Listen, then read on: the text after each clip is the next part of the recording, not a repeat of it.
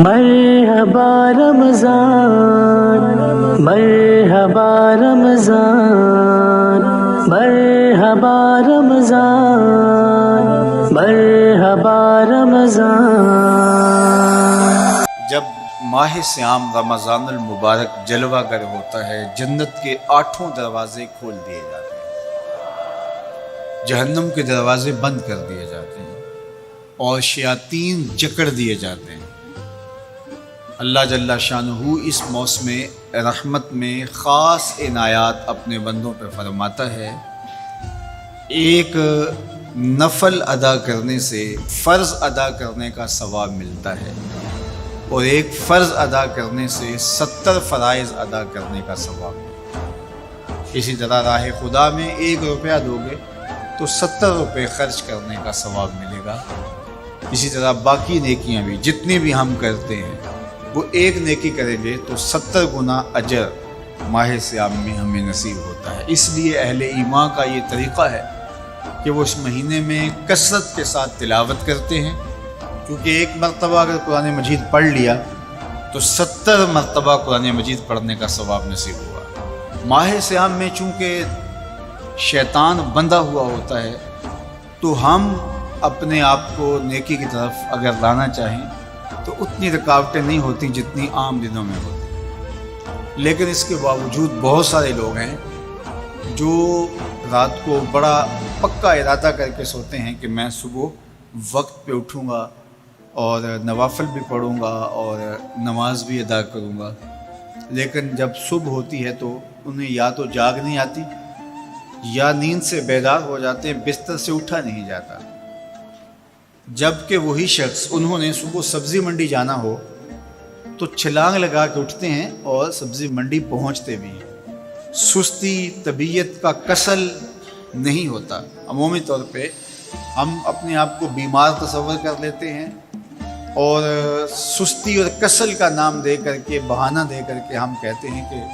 بس کیا کریں، ہم کو ارادہ کرتے ہیں روز لیکن ہم سے اٹھا نہیں جاتا، بس طبیعت اس طرح کی ہے، کسل ہے، سستی ہے۔ یہ بات ذہن میں رکھیے گا کہ ارادہ کرنے کے باوجود بھی صبح جب ہم اٹھ نہیں پاتے یا کوئی بھی نیکی کا کام ہم کرنے کا ارادہ کرتے ہیں تو ارادہ کرنے کے باوجود ارادہ ہی رہ جاتا ہے، ہم کر نہیں پاتے، تو اس کا سبب یہ ہوتا ہے کہ بہت سارے ہم گناہ کر چکے ہیں اور ان گناہوں کی وجہ سے ہم نیکی کی توفیق نہیں پاتے۔ حضرت حسن بصری رضی اللہ تعالی عنہ نے یہی وجہ اس کی بیان فرمائی، تو اس کا بہترین طریقہ یہ ہے کہ توبہ کی جائے اور توبہ بھی سچے دل سے کی جائے، رو رو کے اللہ سے گناہوں کی معافی مانگی جائے،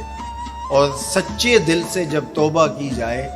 تو پھر سارے گناہ نہ صرف مٹا دیے جاتے ہیں بلکہ ان کو بدل کے نیکیوں میں تبدیل کر دیا جاتا ہے۔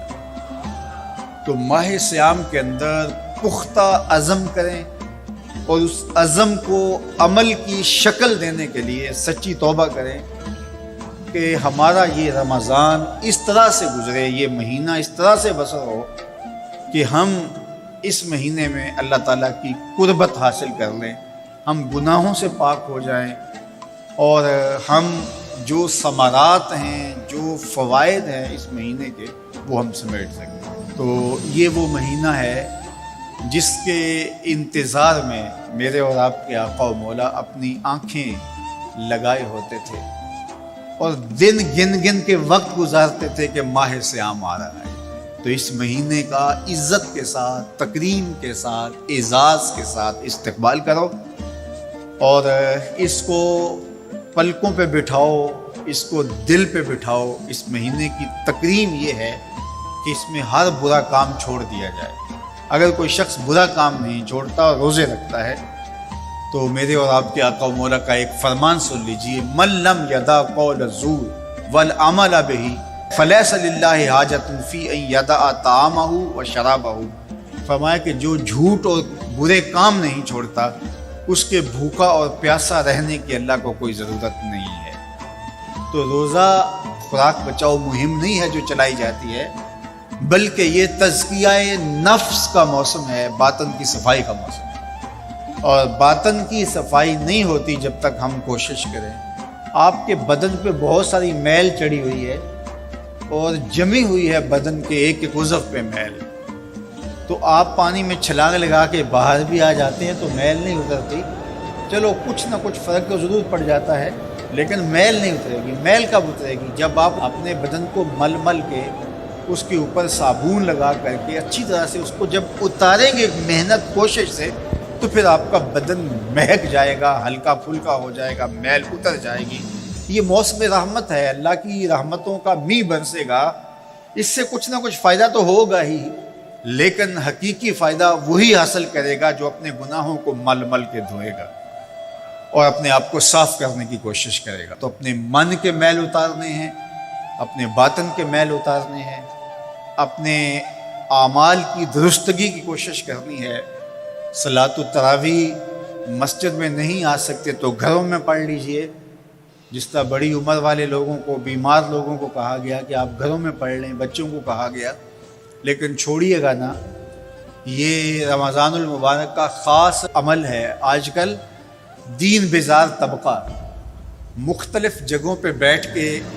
مسجد پر، مدرسے پر، تراویح پر، ان چیزوں پر تبصرہ کر رہا ہے اور اتنا ہلکا ثابت کرنا چاہ رہا ہے ان امور کو، جس طرح یہ چیزیں ہوتی کچھ نہیں ہیں، جبکہ ماہ صیام کے قیام پر میرے اور آپ کے آقا مولا نے بشارت دیتے ہوئے فرمایا، من قام رمضان ایمانا و احتسابا غفر له ما تقدم من ذنبہ، جس نے رمضان المبارک کی راتوں میں قیام کیا ایمان اور محاسبہ نفس کے ساتھ، اللہ اس کے پچھلے سارے گناہ معاف فرما دیتا ہے۔ یہ بہت بڑی دولت ہے، تو اس دولت کو ضرور سمیٹیے گا، ضرور حاصل کیجئے گا، من کی ستھرائی، عفت اور پاکیزگی کا سامان کیجئے گا۔ اللہ آپ سب کو اپنی امان میں، اپنی حفاظتوں کے حصار میں رکھے۔ مرحبا رمضان، مرحبا رمضان، مرحبا رمضان، مرحبا رمضان۔